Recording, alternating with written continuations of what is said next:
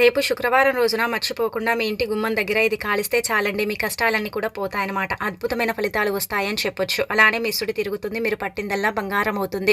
ఇంటి పరంగా ఉండే సమస్యలన్నీ కూడా పోతాయని మనకు పురాణ గ్రంథాల్లో చెప్పబడుతుంది. అయితే మీ ఇంటి గుమ్మం దగ్గర ఖచ్చితంగా ఇది కాల్చండి. మన ఇంటి పరంగా మనం ఎన్ని కష్టాలు అనుభవిస్తామండి. చాలా బాధలు పడుతూ ఉంటాం, ఇబ్బందులు పడుతూ ఉంటాం. ఏం చేయాలో అర్థం కాదు కదా. అలాంటి వాళ్ళు ఏంటంటే శుక్రవారం పూట ప్రత్యేకించి సాయంత్రం సంధ్యా సమయంలో అంటే మన ఇంటికి పట్టిన దరిద్రం పోవాలన్నా, మనకు అద్భుతమైన ఫలితాలు రావాలన్నా, లక్ష్మీదేవి యొక్క అనుగ్రహం కలిగి సకల శుభాలు చేకూరాలన్నా సరేనండి.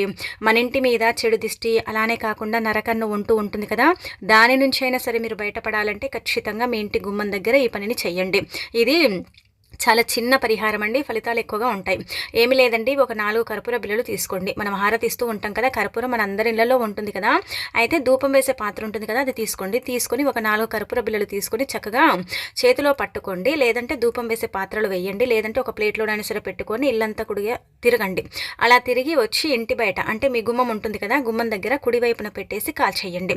అలా కాలుస్తుంటే మనకు పొగ వస్తుంది కదా, ఆ పొగ ఇంట్లోకి వెళ్ళేలాగా చూసుకోండి. మనం ఏంటంటే కర్పూరమే కదా, దీనివల్ల ఏం జరుగుతుంది అనుకుంటాం. కానీ కర్పూరం వల్ల కష్టం తీరుతుంది. అనేక రకాల సమస్యల నుంచి మనం బయటపడతాము. ఆర్థికంగా కూడా మనకు బాగా కలిసి వస్తుంది. ఎలాంటి ఇబ్బందులు ఉండవని శాస్త్రాల్లో చెప్పబడుతుందండి. అందుకే ఏంటంటే మర్చిపోకుండా ఈ పరిహారం అనేది చేసుకోండి. చేసేసి రిజల్ట్ అనేది పొందండి. రేపు శుక్రవారం సాయంత్రం సంధ్యా సమయంలో అంటే 6 గంటల సమయంలో కానీ 7 గంటల సమయంలో కానీ చేసుకుంటే లక్ష్మీదేవి ఏదో ఒక రూపంలో మన ఇంట్లోకి ప్రవేశిస్తుందని పురాణ గ్రంథాల్లో అయితే క్లుప్తంగా చెప్పబడుతుందన్నమాట. కష్టాలు పోయి ధనం వస్తుంది, ఐశ్వర్యం కలుగుతుంది, అన్ని విధాలుగా కూడా బాగుంటుంది. ఇంటి పరంగా కూడా మనకు బాగా కలిసి వస్తుందని చెప్పుకోదగ్గ విషయం అండి. ఇంకా